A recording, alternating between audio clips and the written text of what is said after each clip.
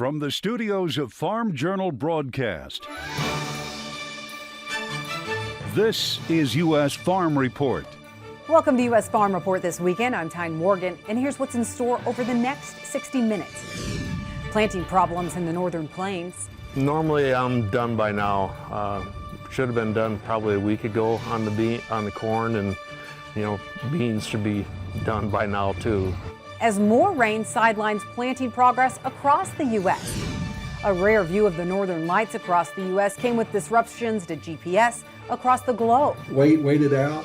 Don't start, ripping wires out and splicing things back together. It's probably not a local problem. The impact of solar flares. Plus, a Texas rancher creating a new twist. At the end of the day, they want to do what's right. They want to care for the land, and they want to pass it on to the next generation. A trip to GC Ranch in Decatur, Texas, to take a unique look at how it's helping this ranch family rein in the challenges of ranching today. And she's quite possibly the most popular cow on social media right now. The story behind number 88.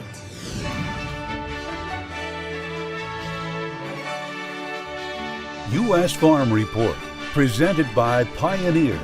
What's next happens when the testing grounds meet the proving grounds. Pioneer. What's next happens here. Now for the news, we're just about to the halfway point when it comes to planting, but all this rain is putting planting progress behind. USDA reports 49% of the corn crop is now planted. That is 5 percentage points behind the 5-year average and 11 points behind where we were this time last year. Checking on soybeans, it's now 35% planted, still running slightly ahead of average, but 10 percentage points behind 2023. And cotton planting, well, it's now at 33%, 2 points ahead of average and 2 points ahead of this time last year. Spring wheat planting running way ahead of schedule, now at 61% complete. That's 13 points ahead of the average pace. However, it's been a slow start to planting in some places, including the northern plains. Planting has been delayed in South Dakota due to the cold, wet spring, but farmers tell us the trade-off is they have received some beneficial moisture. Jeff Thompson is back planting after getting nearly 4 inches of rain the last few weeks, putting planting progress behind average. Normally I'm done by now. Should have been done probably a week ago on the corn, and beans should be done by now too. We should be okay. It's going into moist dirt, and it'll, get a nice warm day like this, that corn's going to come up pretty fast. Now, if you head a little bit more south in the state, the rains were heavier and some spots received near record precipitation. While farmers are 2 to 3 weeks behind on corn, they're still excited about yield prospects because of the much needed moisture. It's now reported there are 46 dairy herds infected with highly pathogenic avian influenza H5N1 in 9 states, with Michigan reporting 4 new cases in the state. And USDA is announcing help for dairy producers impacted by HPAI.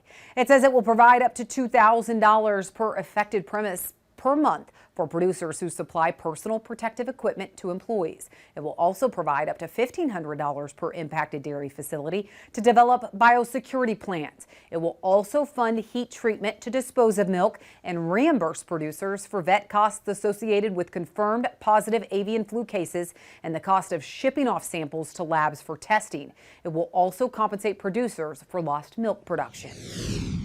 Colorado's Department of Public Health and Environment confirming about 70 dairy workers are currently being monitored for possible symptoms of avian flu. It's reported the workers were recently exposed to the virus while working on 2 dairy farms in the state. Neither the farms or the workers are being identified. It's also said none of the workers are reporting any symptoms right now. The CDC is reminding people as well that the risk to the general public remains low. However, the FDA says further testing of retail dairy samples for H5N1 have come back negative for the virus. It says those tests mark the completion of its lab research efforts related to almost 300 retail dairy samples. It continues to say that right now the risks to the public from the outbreak of avian flu in dairy remains low. The Human Health Service Secretary says all the scientific knowledge and data they've been able to collect to date support that idea. Continue testing for H5N1 in retail milk and dairy supplies. We are working across the country to do this. That helps ensure the safety of the commercial pasteurized milk supply. FDA says part of that additional testing will be done to validate the criteria for pasteurization relative to the virus. It will include tests using pasteurization equipment typically used by milk processors. Well, a crash took the lives of several farm workers in Florida. Rescue crews say 8 people died, 45 others were injured, 8 critically. The Florida Highway Patrol arrested the driver of a pickup truck that crashed into the bus. Troopers said that 41-year-old Brian McCrea Howard faces 8 counts of driving under the influence manslaughter. They say Howard's truck sideswiped the bus, causing it to veer off the road, plowing through a fence and into a tree, and then rolled. It reported the workers were on their way to a watermelon farm. That's it for the news. Well, more rain and more changes on a rapid changing drought monitor. We'll have a check of your forecast coming up next. U.S. Farm Report weather is brought to you by H&S Manufacturing. With 5 models ranging from 1,300 to the large 4,200 gallon and the ability to provide an excellent spread pattern, H&S has a Top Shot side discharge manure spreader to fit your operation. Find out more at the H&S website.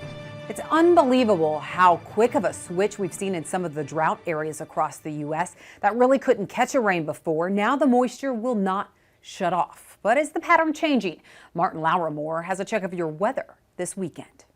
Yeah, we're looking at ourselves a new drought monitor now, and things have mostly improved. Still not seeing a little bit of development that we want to see across some parts of the nation, including parts of western Kansas and into much of New Mexico. You can see the only spot of the exceptional drought in the U.S. is that right there in parts of southeast New Mexico, and also areas that were sitting in extreme drought now in severe drought. So improvement, but not nearly enough to really knock out of that drought conditions for parts of western Kansas. They're starting to get some of that winter wheat being harvested there, and they're hoping that they could see a little bit of rainfall to help that last little bit of development as we get into that winter season, exiting the winter season as we see. But again, plenty of those areas looking at that right there in the exceptional area. So we estimated rainfall next 7 days. We saw some of that rainfall moving in across parts of the southeast, and well, we're going to see the next developing rain shower into our next work week across the northern portion of the nation. But we really want to focus again on what we're expecting into our Monday, with more of those rain chances still filtering across parts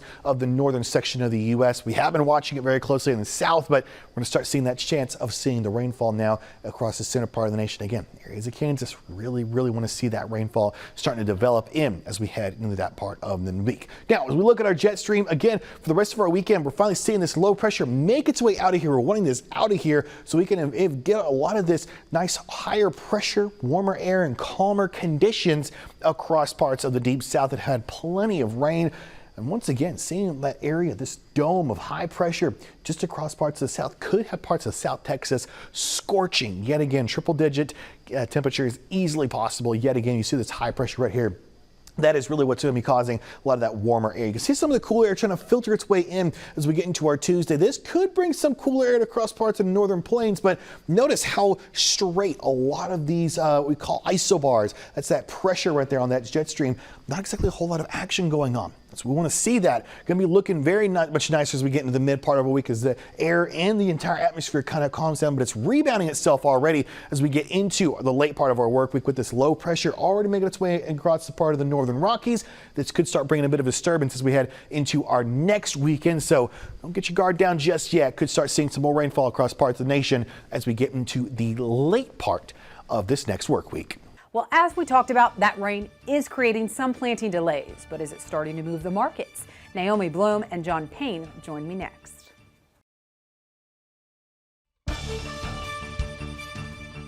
Welcome back to U.S. Farm Report this weekend. John Payne and Naomi Bloom joining us. Naomi, when you look at planting progress across the U.S., I mean, for a lot of farmers, I talked to farmers in Iowa this week, Missouri, and like 13 inches of rain in the past couple weeks. It will not shut off. They have not been in the field maybe one day since late April. It's really concerning to a lot of them right now. It's top of mind for so many producers, and I hear it when I talk with them on the phone. We're hearing planting pace just continuing to linger, and we'll see how far we get on Monday afternoon's crop progress report. With 49% of corn planted last week, I'm very curious to see if we can get somewhere closer to the 65% level. Producers in Indiana, Ohio have not even started in some places. Talking to farmers in Iowa, they are telling me that they just can't keep it going because a half inch of rain will come in and that just stops them in their tracks, literally. So the market, of course, is aware of that. That's what's kept things supported for now. And we're very, very in tune with the slow planting place. And I've even heard producers talking prevent plant if it gets to that because they're so frustrated. So the market needs to continue to be aware of the slow planting pace. But what was interesting this week is that we saw corn, beans, and wheat post bearish reversals on charts. So the market is almost saying, let's take a pause before we get too excited about a planting delay. But it is definitely something we can't ignore. John, do you think part of that pause is the fact that we know once farmers can get in the field? I mean, I talked to one farmer and said, listen, all I need is 5 days. 5 days and I can get most of this crop in. Yeah, I was actually made a drive here from Chicago to the southern part of Ohio. So got to see Indiana up close, and really Naomi described it pretty well. It's I'd say 50-50 at best in that state, and what wasn't planted just looked rough. And I think at this point it's a corn problem. The soybeans are a little bit, you can go in later, and I think those folks, I think the balance sheet can support it. But with corn, and I'm not saying it's going to happen tomorrow, but we could wake up with a 1.5 carryover really quickly on some lower acreage with a 175 yield outlook as we get into the summer. So I think we're sideways here for a while to get the market to really move, and volatility is up. So it's important to note that like we've seen call buyers come in, and that's kind of boosted the market as well. But I don't think we've seen the surge of short covering that could come if there's a problem this summer, and that would be what is Naomi, it's crazy to think that some of these areas that were desperate for rain last summer and some of these drought-stricken areas, including in the Midwest, now are soaked and can't get into plant. Yet we still have pockets of Kansas and pockets of the plains that are still dealing with drought. And I know we had the Kansas Wheat Tour go on this week. Were there any surprises out of that tour? Well, I think the biggest surprise was that yield was up from a year ago. 46.5 is the number that I saw for the overall state of Kansas. And so that is, welcome news in the sense for producers there. But it is interesting because a lot of those places were and still are parched for soil conditions. So the rain just must have occurred in some timely portions to get that crop to thrive in some areas. Speaking of wheat, what we want to talk about, we know the wheat market has had nearly a dollar rally over the past couple months here, supported by global weather concerns that have just been starting to perk up. And July Chicago futures were so close to getting above the $7 mark earlier this week, but it felt like the market just had digested all of that bullish news, and $7 area was a price target. So the wheat market posted a bearish reversal, maybe again trying to say that, hey, some of this friendly news is priced in. This might be a great opportunity to make some sales, get caught up on sales, be thinking of future sales. So producers, please think about that and getting those cash sales done for the wheat complex, period. John, do you agree, or do you think there could be more upside potential as we really try to realize how big are some of these losses? Well, I think from what Naomi's saying, the seasonals here would tell you selling, especially through the July delivery, makes some sense. I think the longer term story really is looking at the prices that are being paid by the by the North Africans to Russia. Russia dominates the global stage, and you're starting to see prices inch higher, both in the Black Sea from Ukrainian and Russian offers, and then what's being paid by the Egyptians, which are kind of the market to watch. So, I think if there's something that's unpriced that comes from this war in the Black Sea that continues to rage into its third year, and we all kind of have fallen asleep to a degree on a lot of that, but volatility is up, and I repeat that it is high right now. So there is some opportunity in this market for it to really surge. I think it's going to come on short covering from other markets, not the U.S. though. I think it's got to happen in the Black Sea or maybe even somewhere in Australia or South America, because I think those folks are the ones who are going to have a difficult time dealing with like a surge in margins, just based off the fact that they're borrowing a ton of capital to sell ahead. And that's a dynamic that I've seen firsthand here from guys we've worked with in South America. Well, we're still trying to wrap our heads around the catastrophic flooding in Brazil, plus a look at protein demand and some demand issues here in the U.S. We're going to take a quick break, and then we'll talk about that with John and Naomi next. Watch Markets Now with Michelle Rook on the Farm Journal YouTube channel, keeping you updated throughout the day on the markets at the open, midday, and close. Find out what moved the markets today and what to expect the market to do next. Welcome back. John Payne and Naomi Bloom joining us. All right, before we get into the protein market and livestock, Naomi, this catastrophic flooding in southern Brazil. We talked about it last weekend. We're still trying to wrap our heads around it. But as we look at just the global supplies right now, do you think it's even going to make a dent in things? I think it makes a dent in things as soon as the USDA admits that it needs to make a dent in things. The production numbers are going to be lower out of Brazil. There's just no way about it because of the flooding that's been there. There is some crop that still needed to get harvested. CONAB still says that their crop in Brazil is much lower than what the USDA is saying. So some of that, in a sense, is priced into the marketplace, but how much of a loss is going to be shown on upcoming USDA reports? We just need to be ready for anything in that capacity. The bigger thing with soybeans, though, just continues to be that even though we've got slow planting pace here, our export sales are not going phenomenally well, especially for the 24-25 crop year. China hasn't bought anything yet. So we need to see China step up to the plate and do some export sales here soon. And then we'll also start to see what piece that southern Brazil flooding plays into the market as well. Yeah, and coming up later on the show, we're going to talk about those tariffs on China and potentially what impact it could have here on U.S. and commodity prices. But John, let's look at the livestock market, okay? Because beef trade, it continued to be quite robust ahead of the Memorial Day holiday. But how is beef demand specifically for restaurants? Well, the restaurant index is rolling over. They're kind of getting hit by the double-sided move of wages going up. And then you're starting to see the economy stall out a little bit here, and they can't pass forward any prices. So, we've seen some big corporate chains go under here, Red Lobster being one of them. I think that'll continue to be a theme as we move forward. We had McDonald's earnings a couple of weeks ago that were poor, relative to what they've been. So I think at this point, there's definitely a yellow caution light flashing. When you look at the markets for hogs, bellies would be the one that you want to watch here. We've just struggled to get over 125, and I think the folks we work with think that 150 might be a bridge too far here, and that's, I think, priced into the summer hog markets. Now, it's not a time that you want to go out and forward price typically, and I'm not saying you need to sell today, but I think when you look at those Q4 markets, my bet is the producer has not backed off the supply to the tune that I think the estimates will be, and I think that's where there's some downside risk, especially in October and beyond into 2025. Well, Naomi, the one bright spot in demand, cheese demand. Where is this coming from, and how is it impacting the milk markets? Yeah, it's great news, especially, of course, as you know, I'm from Wisconsin. We are seeing cheese demand increase higher. We are seeing some of our local cheese production facilities pick up weekend shifts as the demand continues to improve. So I feel like it's partly, getting ready maybe for some graduation parties, getting ready for summer in general. And if you're going to try to maybe splurge on something with everything at the grocery store being expensive, putting out a nice cheese platter for an appetizer might be an appealing alternative. So we are thankful for it. And milk prices responding and staying above the $20 price point. So it has been a blessing. And we look forward to seeing continued cheese demand here, both domestically and on the export front. Naomi, John, thank you so much. All right, we need to take a quick break, and then we're checking in with Machinery Pete for Tractor Tales next.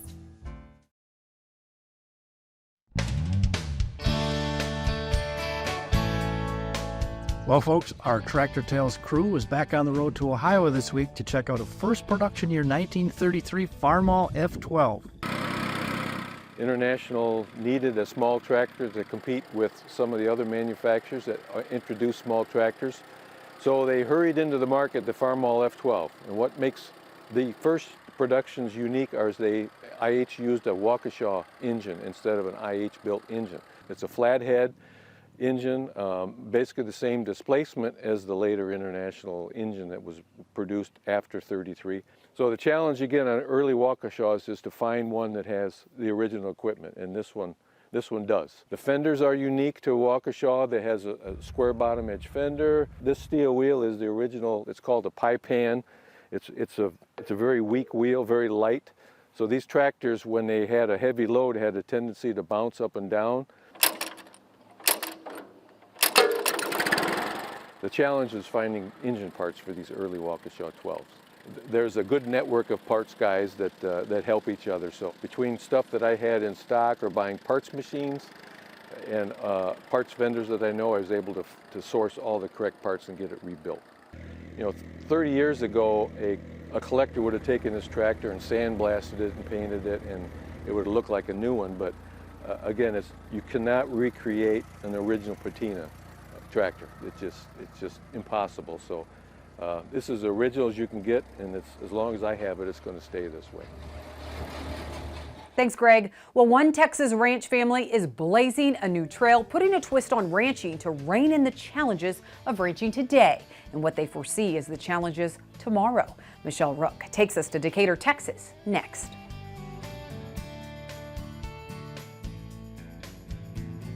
You're watching U.S. Farm Report. Trusted, timely, tradition.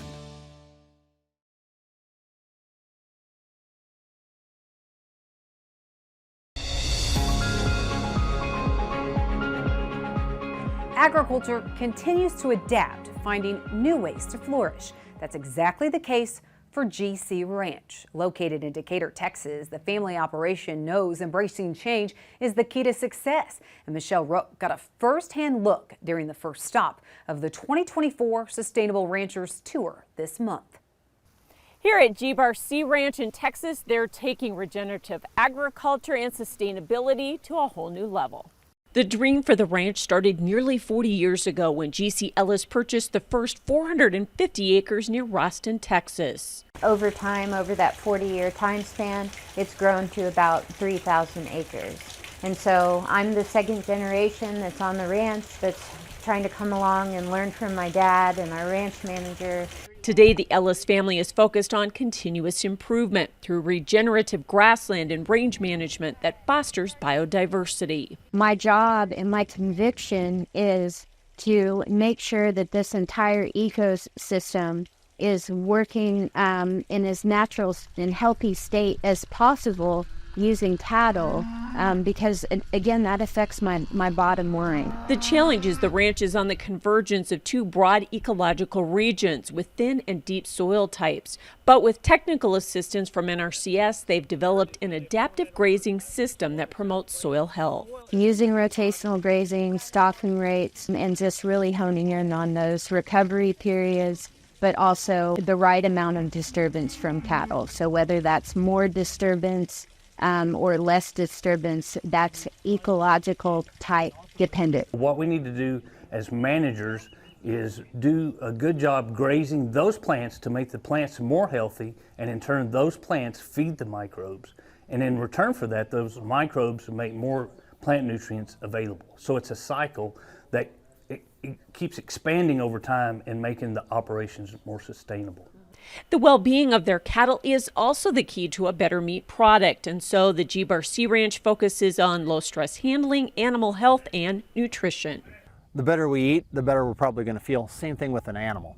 If we are more sustainable and if we can handle our cattle better, they will respond to vaccines better, they will respond to treatments better, they will perform better. Ellis says they've also adapted their breeding program to promote more maternal and efficient females, a paradigm shift that slashed their cost of production.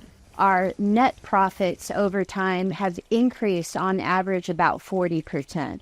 So we're seeing a much healthier income by just focusing on what it takes for us to get from point A to point B. These regenerative and climate-smart practices help GC and other ranches build resilience and stay in business during 3 consecutive years of drought in Texas. So soil health, in a sense, drought-proofs our ranches. If our soil is healthy, it can take in more water, so we have a higher effective rainfall, and we have healthier plants that are better able to withstand the drought. Sustainability for Texas ranch families also means combating urban sprawl, which is threatening the loss of water, open spaces, and the freedom to operate. One of our biggest challenges here in Texas really starts of we're gaining 1,400 people moving to this state daily. We're losing over 1,000 acres a day of our working lands that we see behind us that are providing those goods and services to the public. And that's why Ellis and other producers are dedicated to private land stewardship and making succession plans to pass the land on better than they found it.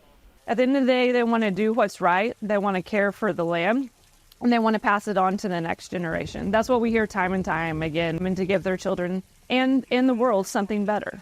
They have this conservation ethic, and this well-being in themselves that they're wanting to give back, not only to their family and operation, but all Texans, and being able to keep it as a whole and being able to provide, beef and other products, but also the clean water and clean air and open space is very important to them.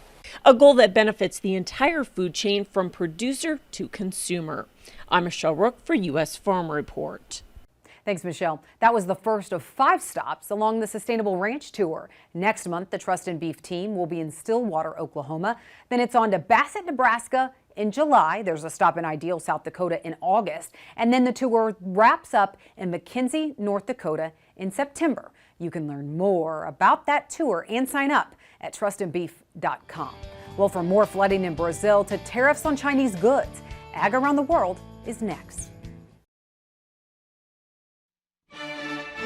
More rain and flooding return to Rio Grande do Sul, Brazil. That's in the southern part of Brazil, and the number of dead is continuing to rise in the floodwaters. Officials say at least 147 people in the state have died and more than 800 have been injured. They also say the floods have displaced more than 500,000 people. Well, China is getting hit with new tariffs, and leaders there are vowing to retaliate. President Biden announcing the U.S. is increasing tariffs on $18 billion of Chinese imports. Tariffs will quadruple this year to 100% on EVs, double to 50% on solar cells and semiconductors, and triple to 25% on steel, aluminum, large batteries, and critical minerals. Those new tariff rates going into effect over the next 2 years. It doesn't appear ag is impacted at this time. The Biden administration, when they were the outsiders looking in, were very critical of the Trump administration. Now elites on East Coast say that the Biden administration trade policies are almost identical to Trump's. That means it's a politically winning issue in the United States. Public opinion is concerned about China and what it's doing, and wants politicians doing something to stop it. And that's something that China is taking notice of, and we should take notice of as well. Well, if you enjoyed the Northern Lights last weekend, you weren't alone, but it impacted farmers around the world, radio and GPS disruptions. Last Thursday, NOAA's Space Weather Prediction Center issued a severe G4 geomagnetic storm watch. It's the first since January of 2005, and this is why at least 5 solar flares from this sunspot cluster, which is 16 times the diameter of the Earth, had already been reported and more were expected. Those solar eruptions caused geomagnetic storms that can impact satellite systems and other electronics, potentially disrupting communications, electric grids, navigation, and radio. Last Friday, there were already reports of radio blackouts across Africa, Europe, and Asia. The good news is those radio blackouts for GPS may last for a few hours, half a day. But if you've been on a farm and you've seen farmers with electronics that aren't working, frustration and panic set in. My message there is, if this is a radio blackout, patience is your best bet. Check the NOAA website. If the planetary K index is off the chart, if it's, there's a little bar chart, if it's red instead of green, go have an early lunch. Okay, just go to town, wait it out. Don't start, ripping wires out and splicing things back together. It's probably not a local problem. He adds, however, a few hours to even a full day of lost GPS signal and work does come with a cost, especially for farmers that miss an optimum planting or harvesting window, costing them yield later in the season. Well, that's a glimpse of ag around the globe. When we talked about those increased tariffs on China, but what's at risk? We have a check-in with Chip in Chip's Corner next. Chip's Corner on U.S. Farm Report is brought to you by Full Scale from Helena. Grow strong returns this season with breakthrough foliar nutrition from Full Scale at Reproduction. Welcome back to U.S. Farm Report this weekend. Chip's Corner and Chip Flory joining us. All right, Chip, in glimpses around the globe, we just looked at the tariffs that the U.S. placed on China. And, China vowing to retaliate, but right now agriculture isn't caught in the middle. Are you concerned that could happen? Absolutely, I'm concerned that could happen. And when you think about it, you look at the trade playbook of the Biden administration. It looks very similar. There's at least some rhyming choruses to what we saw under the Trump administration. And we're seeing some of those things continue into the Biden administration. And not only that, but when Biden announced the tariffs against China, Trump was right there with his one-upsmanship and said, if you're going to tariff EVs at 100%, I'll tariff EVs at 200%. So there's a lot of issues that are in play right now, and there's a lot of concern about what China might do in retaliation, including from Senator Chuck Grassley in Iowa. I'm a free trader. I'm a free trader because Iowa manufactures and does services and does agriculture way beyond what we consume domestically, and we must be exporting. And I think that this is going to invite retaliation by China, and that possible retaliation could be agriculture. And remember, about a third of our agriculture production is exported. So that sort of retaliation could be hard. I think the Chinese would be smart enough to know that hurting agriculture would be a big backlash to Biden here in the United States when the farmers started complaining about it. Okay, there it was. That's your clue as to what might happen next. If we're looking at, I should say, if the Biden administration is using kind of the same playbook that the Trump administration was using, if following the tariffs on Chinese imports is official retaliation by China, what comes next? Payments, farm payments. And we've never seen a disaster that this Congress doesn't love. They love spending money where they think it needs to be spent. And with farm revenue down, with some of the tariffs that are now being put in place by the Biden administration, if those complaints get loud enough from farm country, I'm not making any predictions, Tyne, but I will not rule out the idea that there will be some direct payments to farmers in this election year.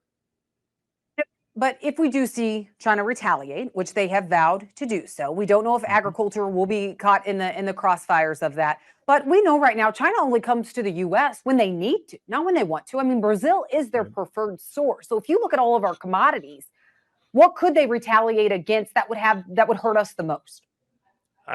Okay, couple of things. China will come to the U.S. when it benefits them the most. Not so much when they need something, when it benefits them the most. Right now, they see benefits in going to Brazil instead of the U.S. for their soybean needs, for their corn needs. Don't forget, China showed up and bought a bunch of U.S. soft red winter wheat and then canceled the purchases. So it's almost like China's already got a rolling retaliation in place against U.S. agriculture. So Tyne, if they just continue to target U.S. agriculture the way that they have been over the last 6 months, that's going to be a problem for us going forward. Thanks so much. All right, we need to take a quick break. And then talking about the wildfires in Canada and the smoke impacting the U.S., we'll have a look at that next. The wildfire smoke from Canada caused a lot of buzz here in the U.S. last year. It actually protected crops from the heat, with some agronomists saying it helped yields across the U.S. But this year, wildfire blazes are back in Canada, and the smoke is affecting parts of the Midwest, Northeast, and even the Plains. The wrath of wildfires is something Canada knows all too well. 2023 in Canada was a historic wildfire season by many means. We absolutely shattered all records. Millions upon millions of acres of forest were burnt. Matt McDonald, the lead fire weather forecaster with the British Columbia Wildfire Service, says those blazes burned all across the country, from coast to coast, top to bottom. All 13 provinces and territories had significant wildfire on the landscape, and particularly here in Western Canada and British Columbia, 1.8 million acres were burnt last season. So it was a a tremendous, ground shattering year. And we're hoping we don't see that again this year. He's hopeful 2024 doesn't see a repeat, but this year's wildfire season is already off to a fierce and early start. Much of that due to fires left over from 2023. We're already off to a busier start than we were last year, primarily due to these holdover fires. It's one thing to have the drought, to have the dry fuels, but at least last year we were waiting for that ignition, whereas this year the ignition's already there. Those fires actually never went away. They just kind of went dormant under the snow. McDonald says the wildfire season in 2023 lasted unusually long, not dying down until early November. And then finally, we put snow on the landscape, and there's nothing like snow to calm a fire. But what ends up happening is these fires continue to smolder, believe it or not, below the snow. So while it may appear white on the landscape, these fires continue to burn at root bulbs into what we call the duff layer, which is, the top, foot or so of soil. He says they were already detecting heat signals even before the snow melted. And sure enough, the snow melted. We put a little bit of wind on these holdover fires, and up they went. And just earlier this week, we had a cold front push through the northern part of the province. And the explosive growth at which these fires came back to life was truly incredible. This map shows the fire activity exactly 1 year ago, and this is today. The focus is on fighting the fire and on keeping evacuees safe and supporting evacuees during what is likely to be one of the most difficult times of their lives. Tens of thousands of acres are scorched from a fire in British Columbia. The province of Manitoba fighting a massive blaze that has burned more than 86,000 acres, and its multi-year drought fueling the fire. And it's very persistent. And so once we get fire on the landscape, it really digs in, becomes difficult to control and to respond to. And then we just end up with these massive conflagrations, fires that grow into tens of thousands and even hundreds of thousands of acres per fire. McDonald says in British Columbia, 122 wildfires are on the landscape today, 8% of which are out of control, as forecasters brace for more blazes this year. Month of June is really that critical month for us. Will really determine, the severity of our fire season. But again, this drought is just so deep and persistent that it's hard to think, a few weeks, even a month worth of rain is going to wash away all our problems. I think we're in for another active fire season here in 2024. When we come back, she's quite possibly the most popular cow on social media right now. Why is number 88 taking the internet by storm? That story is next. She's quite possibly the most popular cow on social media right now. Number 88's fame has taken X, formerly known as Twitter, by storm. One post. It's kind of a fun little deal. I put on a little sarcastic clip about the eclipse, and I saw her walking through the field, and she's a very large cow even at that time. That started it all. And I just mentioned something about the eclipse is coming as she walked away. And what's transpired since is even catching this Kansas farmer and rancher by surprise. No, I couldn't even believe what it is today. It's hundreds of thousands of people a day are looking at it. It's in the millions per week. She's a 5-year-old red Angus cow that's quickly become a social media sensation. It's a very large audience right now. A lot of states and a lot of countries chime in from time to time. So it's quite the ordeal. Clay Scott raises row crops and cattle in southwestern Kansas. He says they've been talking about number 88's size on the farm since February, almost sure she would be the first to calve. But now it looks like she could be one of the last. I am concerned about her size and the size of the calf. I don't want her to struggle because the calf gets too big. So that's why we're actually limiting her intake right now to not cause any more trouble than she's probably already going to have with her size. I'm hoping for twins, to be honest. If it's twins, I'll feel a lot better. As the saga surrounding number 88's size continues, her following is tuned in to what transpires next. I'll tell you one of the things I do appreciate. So I'm getting well over 1,000 comments a day on this, and people ask questions, or they ask the same question that was talked about a couple days before, and folks are starting to fill in those answers, and that's very helpful to me because I don't have the time or really the desire to go through my social media answer each one. There's no doubt number 88's following is growing, and Scott's daily posts aren't just updates, but now a tool to educate those invested in her pregnancy journey. And so when the popularity became there, I thought, well, let's tell them why we're doing this, or what this band in our ear is, what that represents, and why we do things like that, and and just good doctrine of what taking care of cattle and trying to fulfill that mission that some have said that we need to do a better job in agriculture about telling our story.